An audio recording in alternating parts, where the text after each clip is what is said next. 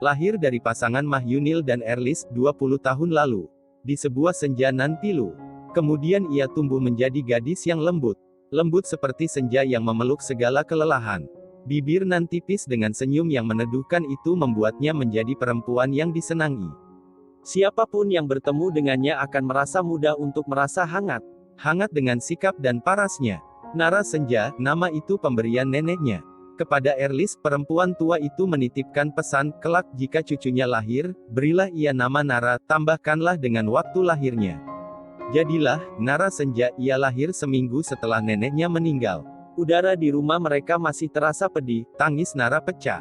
Entah kebetulan atau sebab Tuhan memiliki rencana tersembunyi. Nara seolah menjadi pengganti sosok neneknya. Rasa pedih yang dirasakan Erlis, kehilangan ibu, sedikit terobati oleh tangis Nara.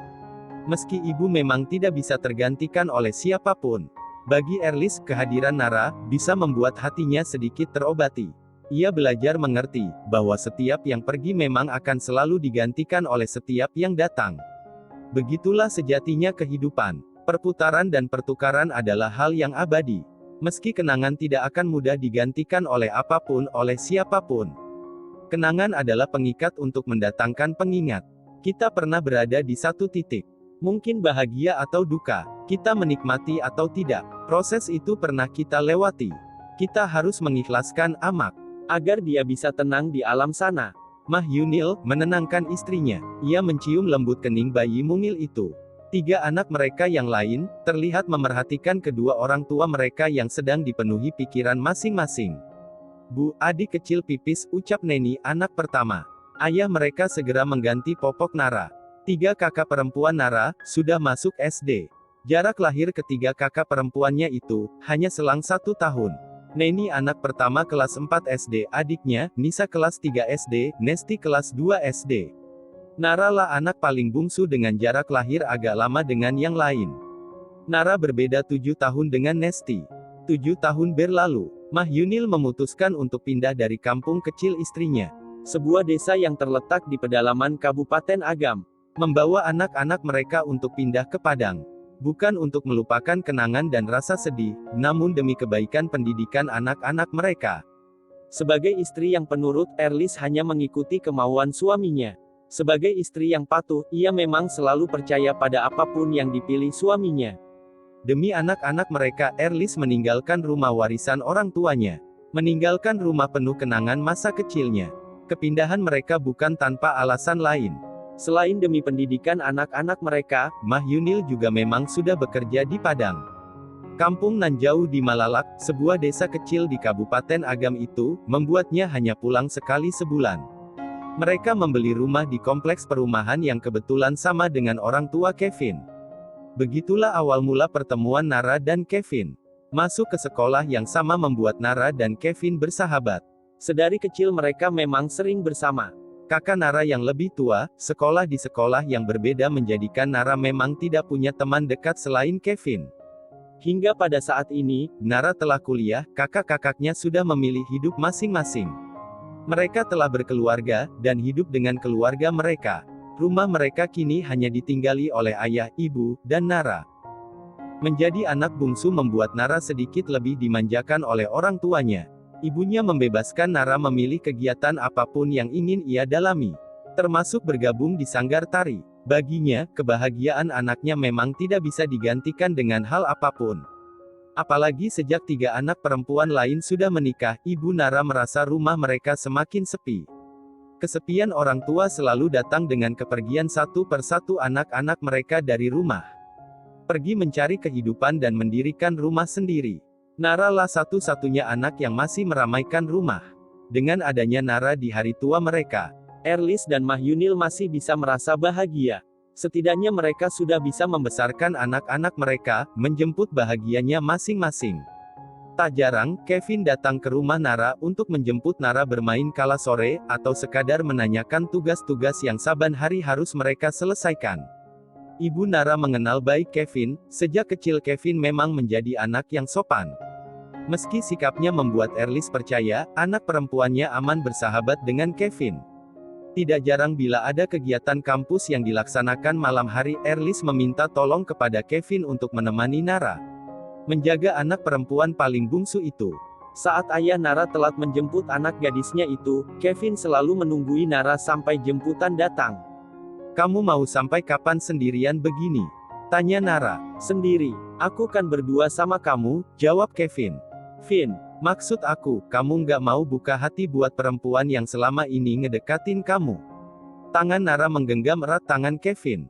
Sontak terasa getaran lembut di dada Kevin. Menjalarkan sesuatu yang sulit dituliskan.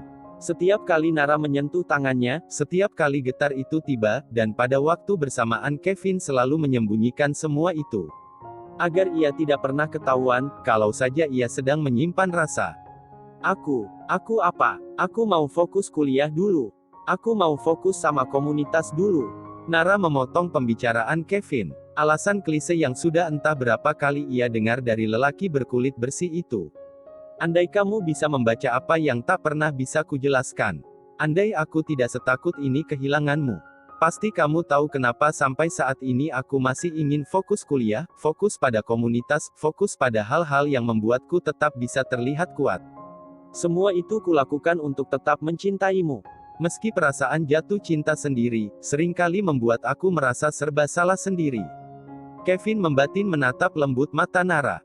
"Vin." Kevin tersenyum. "Banyak hal yang harus dipikirkan sekarang, dibanding semua itu, Nara," ucapnya bahagia dengan seseorang yang kita temani melalui hari, sambung lelaki itu.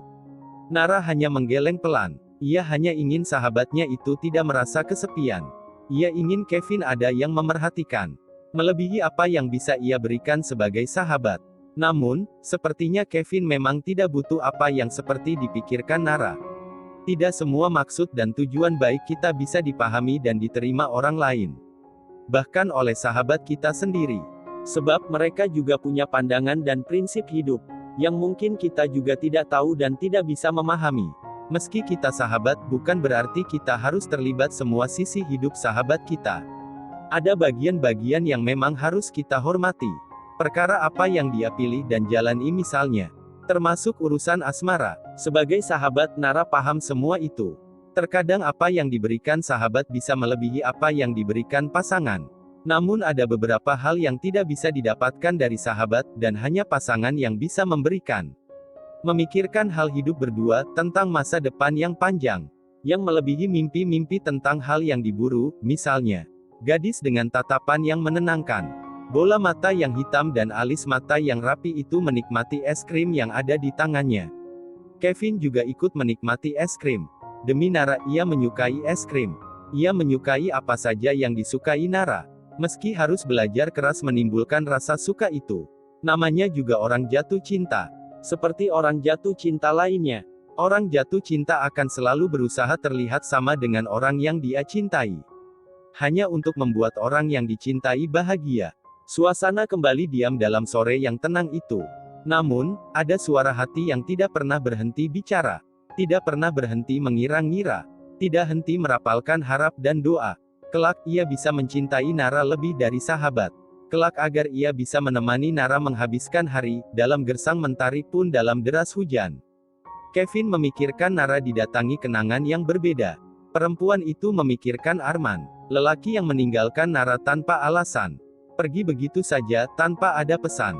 Tidak ada kata sepakat, jangankan itu, kata pamitan saja tidak ada. Tiba-tiba saja ia memutuskan komunikasi dengan Nara. Perempuan itu tidak mengerti salahnya apa. Tetapi cinta yang begitu terlalu sering dialaminya. Beberapa lelaki yang pernah dekat dengan Nara memang suka menghilang tiba-tiba. Seperti hantu. Harusnya ia tidak percaya lagi akan cinta. Harusnya begitu. Jika saja Nara bukanlah perempuan yang terlalu yakin cinta sejati itu ada. Meski sakit dan luka terus saja menghampirinya. Ia tetap percaya, kelak ada seseorang yang mencintainya tanpa pergi, tanpa menyakiti. Seseorang yang akan menemaninya, lelaki yang akan mengimami anak-anaknya. Juga lelaki yang akan menghabiskan waktu sepanjang malam untuk berbagi banyak hal dengannya. Cinta yang datang tanpa pernah pergi. Menjalani hari-hari sedih dan senang bersama. Seseorang yang tak akan tenggelam dalam perasaan sendiri. Yang tak akan mati terbunuh janji. Seseorang yang kuat dan tetap ingat. Apapun yang telah disepakati. Segala hal yang telah direncanakan dalam menjalani hari-hari menuju masa depan, menuju tua. Nara percaya akan hal itu. Percaya seseorang seperti itu benar-benar ada. Satu keyakinan yang membuat Nara tegar meski berkali-kali disakiti. Nara bukan perempuan cengeng yang bisa berminggu-minggu menghabiskan tisu untuk mengelap air mata. Meski tidak sekuat karang, meski juga sedih saat hatinya dibuat pedih. Namun, ia tidak mau berlarut-larut.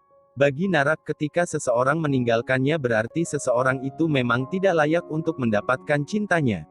Selain hati yang teguh untuk bangkit, ia punya Kevin yang bisa menjadi tempat bersandar saat lelah. Lelaki yang selama ini selalu menyediakan bahu untuk Nara. Kapanpun, dimanapun, dalam kondisi sesakit apapun. Setiap kali patah hati, Kevin selalu menjadi pelerai sedih Nara. Setiap kali ditinggalkan, Kevin selalu menjadi rumah pulang Nara. Lalu kemudian, Nara berapa lama? Kelemahan perempuan termasuk Nara. Perempuan terlalu mudah jatuh hatinya pada kebaikan lelaki. Hanya saja, itu tidak berlaku pada kebaikan Kevin untuk Nara. Itu persoalan lain bagi Nara. Meski waktu telah mengikat mereka, Nara tidak pernah sadar bahwa Kevin memiliki rasa. Baginya, Kevin adalah lelaki baik. Baik sebatas sahabat. Ia berharap Kevin mendapatkan kekasih yang baik pula. Berkali-kali Nara berusaha mengenalkan teman perempuannya kepada Kevin. Berharap Kevin tertarik dan membuka hati. Namun untuk kesekian kali Kevin tetap saja menjadi lelaki yang dingin di hadapan perempuan-perempuan itu. Ia seolah membeku. Tidak secair bersama Nara. Nara menutup pagar rumahnya. 2 jam sudah ia habiskan malam bersama Kevin di halaman depan rumah. Menatap bintang, memetik gitar, bernyanyi, menikmati camilan yang disediakan ibu Nara. Melakukan apa saja yang membuat mereka merasa lebih baik. Seringkali malam minggu seperti ini mereka habiskan berdua. Jika Nara sedang tidak jatuh cinta sedang ditinggal lagi oleh mantan kekasihnya, Kevin bisa memiliki waktu Nara utuh. Jika Nara sedang jatuh cinta seperti beberapa waktu lalu, Kevin hanya diam di balik jendela rumahnya, menatap ke arah Nara yang sedang duduk berdua dengan kekasihnya. Tidak pernah sekalipun Kevin mencoba protes, meski dalam diri terdalam ia akui ia cemburu. Namun begitulah yang terjadi. Nara tak pernah tahu apa yang ada di hati dan pikiran Kevin. Untuk urusan persahabatan, mereka adalah 2 orang yang bisa memeluk dengan kehangatan tertinggi. Namun, untuk urusan hati tidak ada yang pernah tahu selain diri mereka masing-masing. Selamat rehat, Vin. Matanya menatap punggung Kevin yang meninggalkan rumahnya. Tidak ada yang mendengar suaranya, tidak juga Kevin. Hanya dirinya rintiknya terdengar merdu jatuh di atap. Nara menutup gorden jendela kamar. Menikmati hawa dingin yang tiba-tiba mendatangkan rasa lebih nyaman. Membiarkan malam berjalan semakin larut, membawa dirinya ikut melepaskan segala hal yang menumpuk di pikiran dan dada. Ah, apa yang aku pikirkan? Nara menepis sesuatu yang tiba-tiba saja terbesit di benaknya. Tentang Kevin. Ia tidak ingin meneruskan apa yang tanpa sengaja menggugah hatinya itu. Ia tetap yakin, ia dan Kevin hanya bersahabat. Kevin selalu sibuk dengan kegiatannya. Nara kenal betul siapa Kevin. Tidak ada asmara dalam kehidupan lelaki itu. Ia bahkan tidak pernah mendengar Kevin bercerita tentang perempuan lain kepadanya. Sikap dingin Kevin kepada perempuan, kecuali padanya, sebenarnya membuat Nara merasa istimewa. Namun, ia tidak ingin berpikiran lebih. Ia hanya akan menikmati apa yang ia miliki saat ini. Nara cukup bahagia, jika Kevin hanya diutus Tuhan untuk menjadi sahabatnya. Hanya sebatas itu. Nara menolak pikiran yang terlintas itu. Nggak mungkin. Itu nggak boleh terjadi. Ini hanya pikiran ngawur saja, batinnya. Matanya yang dilingkari rambut mata pun mengatup. Ia melepaskan segala pikiran yang tidak seperti biasanya. Ia hanya berharap semuanya akan baik-baik saja. Mungkin karena masih pada masa patah hati ditinggalkan. Ia memikirkan hal yang menurutnya aneh. Aneh jika ia memiliki perasaan lebih pada sahabatnya sendiri. Ia menanamkan pada dirinya, bahwa ia tidak boleh lagi memikirkan hal aneh itu. Ia tidak ingin kehilangan Kevin hanya karena ia ceroboh. Seperti Kevin yang juga tidak ingin kehilangan Nara jika ia mengutarakan perasaan yang disimpannya bertahun-tahun lamanya. Malam semakin larut, gelap dan lelah. Udara membawa Nara jauh ke alam mimpinya.